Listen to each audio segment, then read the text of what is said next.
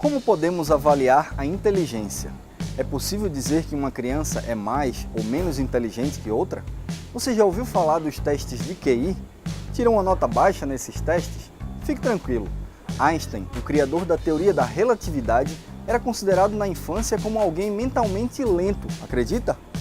E o que dizer de Beethoven, consagrado um dos compositores mais influentes e respeitados de todos os tempos, mas que quando começou a compor, seu professor falava que ele era um fracasso? Pois é, no programa de hoje nós vamos conhecer a teoria das múltiplas inteligências e como podemos estimular as habilidades de cada criança.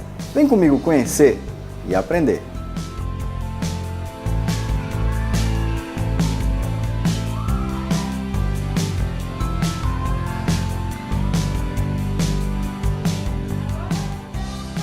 No Conhecer de hoje, vamos aprender um pouco com o psicólogo Howard Gardner e sua teoria das múltiplas inteligências. O trabalho da escola desenvolvendo as habilidades inatas da criança na educação infantil. E os avanços e desafios de uma educação que considera todos os talentos de uma criança sem classificá-los como mais ou menos importantes. Sim, aqui você pode conhecer e aprender.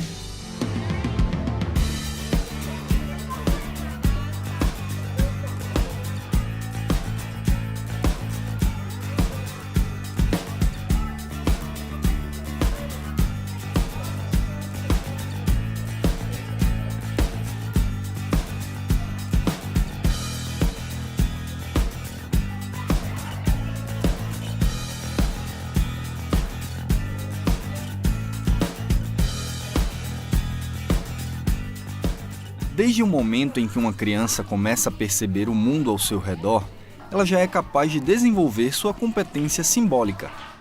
No início do século XX, pensou-se em mensurar a inteligência, identificando e separando crianças com algum retardo de outras ditas normais. E assim, Alfred Binet criou o primeiro teste de inteligência, base dos atuais testes de QI. Este método, que avaliava apenas a linguagem e a matemática, foi posteriormente questionado por Howard Gardner, que considerava a inteligência lógico-matemática como apenas uma das possíveis habilidades de um indivíduo. E a partir dessa ideia, ele formulou a teoria das múltiplas inteligências. A teoria das inteligências múltiplas nasceu com o pesquisador Howard Gardner. Ele é médico neurologista. Ele formulou um grupo de pesquisa na Universidade de Harvard, intitulado Projeto Zero, que eles queriam descobrir como que nascia e desenvolvia o potencial humano.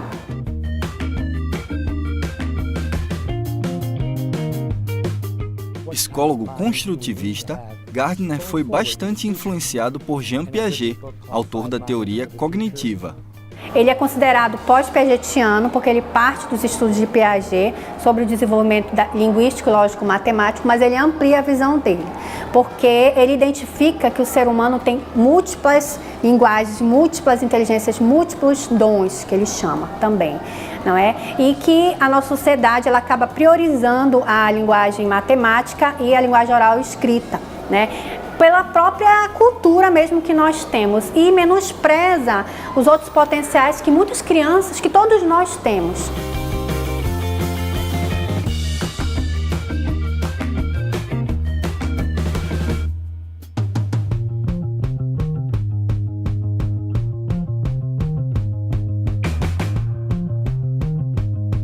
Para Gardner, a inteligência ela não é uma capacidade única, generalizada, não.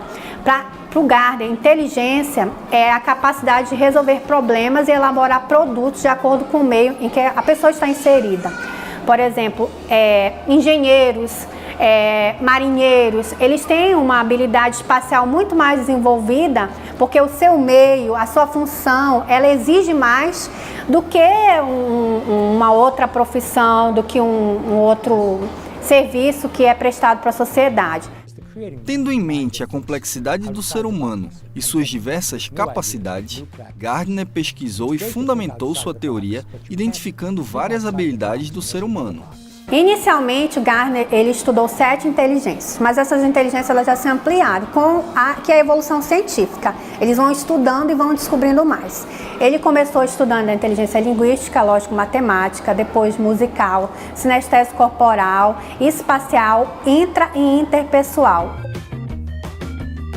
Maria Clara Gama, doutora em Educação Especial pela Universidade de Colômbia, classifica essas inteligências da seguinte forma: linguística, sensibilidade para os sons, ritmos e significados das palavras, habilidade dos poetas. Musical, discriminação de sons, habilidades para compor, sensibilidade para ritmos, texturas e timbre, habilidade dos músicos. Lógico-matemática, padrões, ordem e sistematização, facilidade para contar e fazer cálculos matemáticos, habilidade dos matemáticos e cientistas. Espacial, capacidade para perceber o mundo visual e espacial, manipular formas ou objetos mentalmente, habilidade dos artistas plásticos, engenheiros e arquitetos. Sinestésica, coordenação motora, habilidade para resolver problemas ou criar produtos através do uso do corpo, habilidade de atletas e atores. Interpessoal, habilidade para entender e responder adequadamente a humores, temperamentos, motivações e desejos de outras pessoas, habilidade de psicoterapeutas e professores. Intrapessoal, habilidade para ter acesso aos próprios sentimentos, sonhos e ideias, observada através das outras inteligências. Hoje esse ciclo já ampliou. Nós temos inteligência naturalista, inteligência pictórica, uns até dizem inteligência emocional, que foi uma outra ramificação que saiu das inteligências múltiplas, que é o Daniel Goleman, que preconiza a inteligência emocional.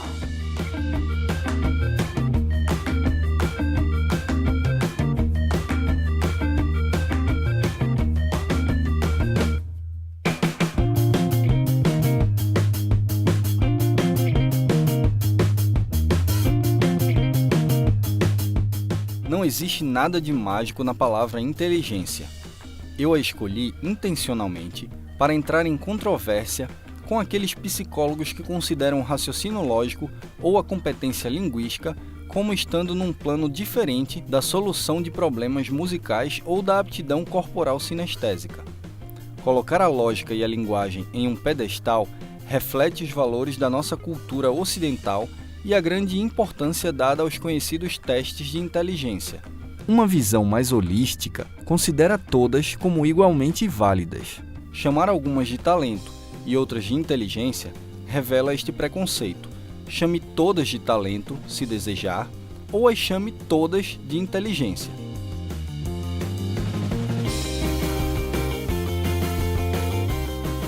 Essa teoria ela é biopsicológica e tem um olhar antropológico também. Por quê? Porque todos nós temos essas potencialidades, mas elas são desenvolvidas ao longo do tempo e ao longo do meio que nós estamos inseridos. O meio é que faz desenvolver, e a escola nada melhor que esse espaço físico que pode desenvolver através das atividades pedagógicas os potenciais que a criança traz.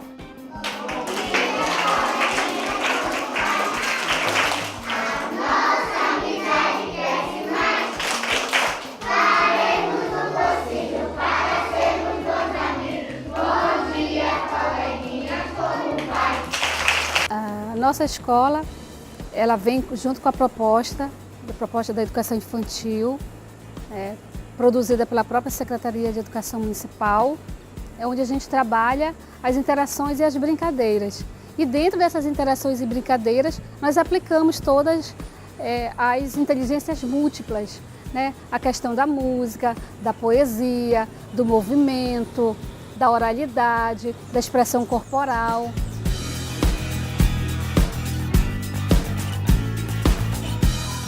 Para identificar as habilidades de uma criança, o corpo docente da escola precisa exercitar constantemente a prática da observação do comportamento e das ações deste aluno nas atividades diárias.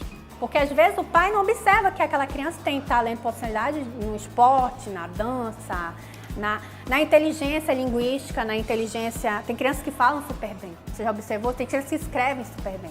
Muitas vezes isso não é visto, né? Colocado no processo, né? É menosprezado, não é? E aí acaba matando um futuro político que possa fazer diferença na sociedade, acaba matando um escritor, um Drummond novamente, né? Eu costumo ir em todas as salas, eu observo muito as crianças e a gente passa a perceber que elas vêm tendo um resultado a partir do momento que as professoras vêm trabalhando com essas inteligências, que é surpreendente para a gente. Para encerrar o nosso dia, o nosso ajudante do dia, quem é o ajudante do dia? Fizemos contagem chamada? Sim. Muito bem, 5. Vamos dar... A professora nos contou que Luiz Miguel era um aluno muito tímido, mas que através das atividades pedagógicas vem socializando e participando das aulas. A gente precisa dar a oportunidade para que elas possam trabalhar e desenvolver cada uma a sua habilidade. Nós temos crianças aqui que conseguem falar muito bem, né? A questão da oralidade, que era muito tímida e hoje já consegue se expressar muito bem. Então tudo isso é trabalhado. Abelha. Que letrinha que começa a abelha? Escolhi a borboleta. B. Escolhi o dinossauro. D. E você? A foca. Foca. Foca. F.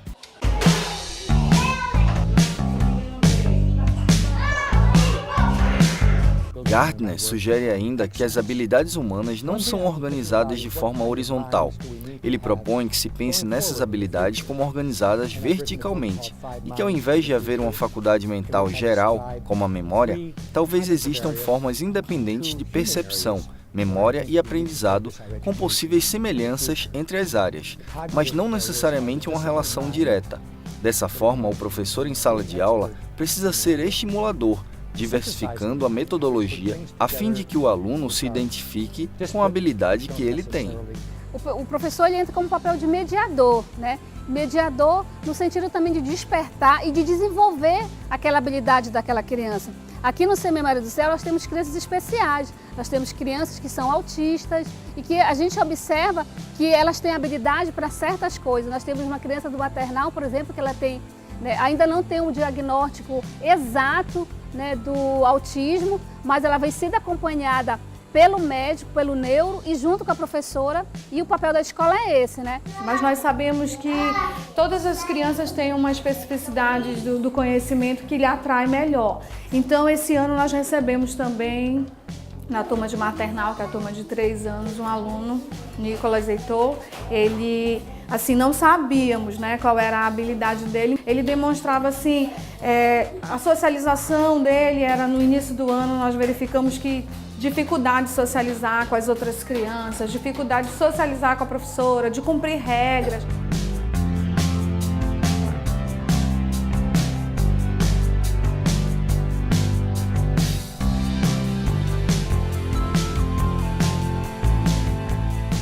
Mas agora, né, no decorrer do ano, todo o trabalho que foi feito, ele já consegue.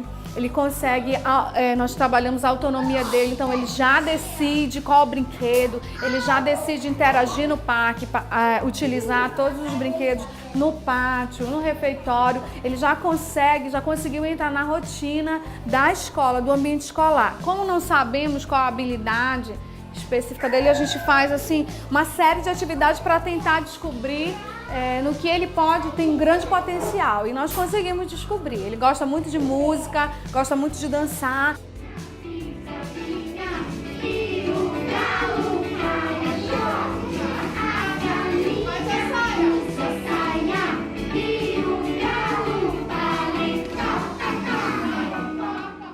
Em seu livro Teoria das Múltiplas Inteligências, Gardner diz: a música é a corporificação da inteligência no som.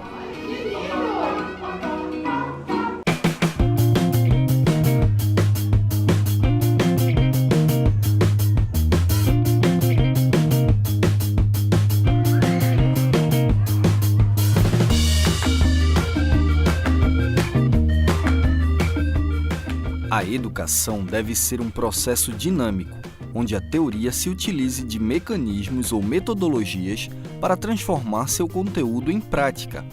Assim, as escolas devem criar atividades onde o aluno tenha a oportunidade de participar ativamente nesse contexto.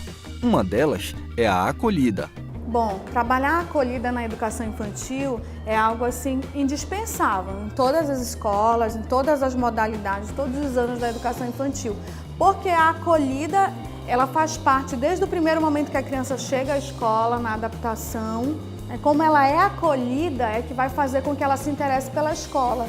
Nesse universo de crianças há as múltiplas inteligências que você percebe nessa acolhida a desenvoltura das crianças, um mais para a música, para o cantar, outro mais para o dançar. Então, nesse momento de acolhida, nós não só acolhemos para que ela se sinta bem na escola, como nós começamos a observar como está a nossa criança.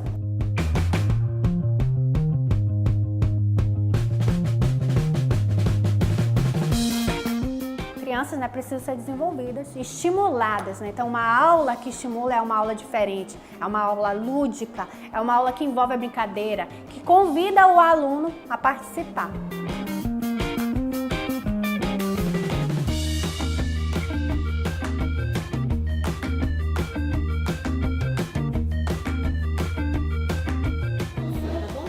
Estimular a criança é parte essencial nessa construção. E uma boa alternativa são os recursos lúdicos e pedagógicos.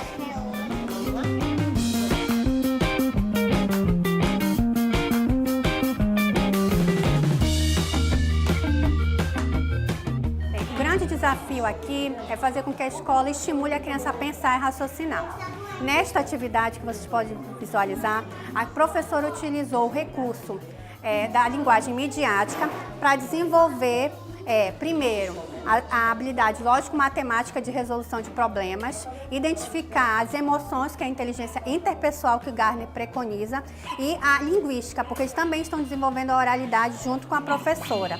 Então, essa é uma atividade que pode ser desenvolvida no dia a dia da escola, enfocando o desenvolvimento das múltiplas inteligências.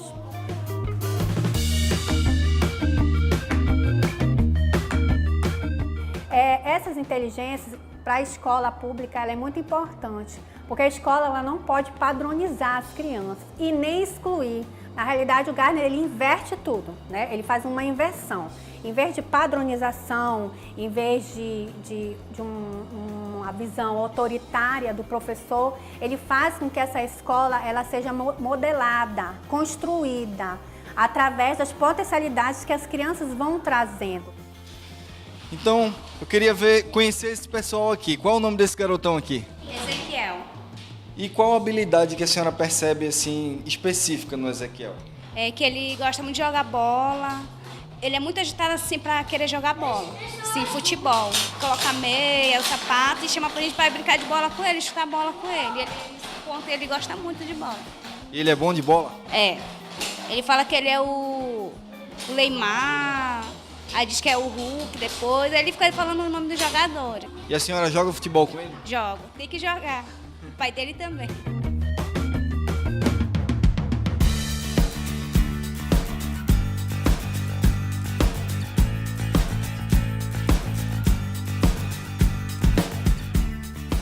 A partir das inteligências de cada aluno, o professor pode construir seu plano de aula, preparando atividades que vão atrair a atenção e, consequentemente, gerar aprendizado.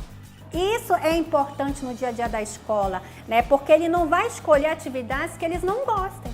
Ele vai partir do princípio de onde tem o interesse, da onde as crianças vão gostar daquilo para poder ele desenvolver as outras etapas do conhecimento. Então, um aluno que é bom no futebol, não significa que ele não vai ser bom em outras áreas. A professora pode partir daí para buscar o interesse dele no currículo que é importante desenvolver na criança, E não colocar à parte esses talentos, as potencialidades que muitas vezes na nossa sociedade não é visto, não é sensibilizado, não é estimulado. A pintura, a música, a dança, as artes, nós somos humanos por causa das artes, da cultura. Nós não podemos desfazer isso na escola, principalmente na escola. A Rebeca ela é mais calma, assim, né? Bem mais calminha. Já a Rafaela ela é bem mais agitada, né? Gosta de certos brinquedos, certas brincadeiras que a Rebeca não gosta. A Rebeca ela é mais dedicada, assim, para fazer as tarefas, né? Ela gosta de chegar e fazer logo. Pintar, ela gosta de fazer tudo direitinho. Já a Rafia não. Então tem que estar em cima dela, incentivando direto, senão ela não faz. Elas são muito diferentes uma da outra. A proposta de um trabalho pedagógico sob a perspectiva das múltiplas inteligências faz com que a escola cumpra seu papel social. E qual o papel social da escola? Scheibel responde da seguinte forma: a escola é responsável pela promoção do desenvolvimento do cidadão, no sentido pleno da palavra.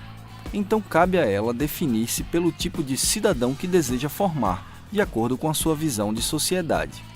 Vamos construir uma nova sociedade com sujeitos que se desenvolvam na escola para fazer diferença na sociedade, para lutar por seu país. Oi! Bom dia! Bom dia!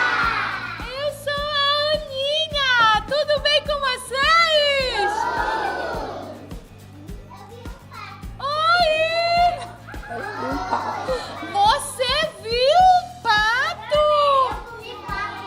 É, que legal! Imagina se o Brasil investisse nisso, investisse numa construção de um currículo onde essas práticas pedagógicas que envolvem as múltiplas linguagens, elas fossem desenvolvidas. Nós tínhamos um país diferente, né? E tudo tem que começar na educação infantil. Nós não podemos partir do pressuposto que tudo acontece no fundamental. Não, tudo começa na educação infantil. Então, por isso que a escola tem que trabalhar com esses diferentes olhares, né? Com essas diferentes particularidades que o ser humano traz. Todos nós trazemos, né? Então, isso construiria uma nova sociedade, uma nova escola, um novo futuro para o nosso país. Você pode não ser tão bom em matemática ou talvez não dominar totalmente a linguagem, e ainda assim ser um excelente músico. O importante nessa busca é que o aluno conheça suas habilidades e suas dificuldades. Assim ele poderá ir em busca de melhorias. A vida é assim, uma busca constante para conhecer e aprender. Até mais!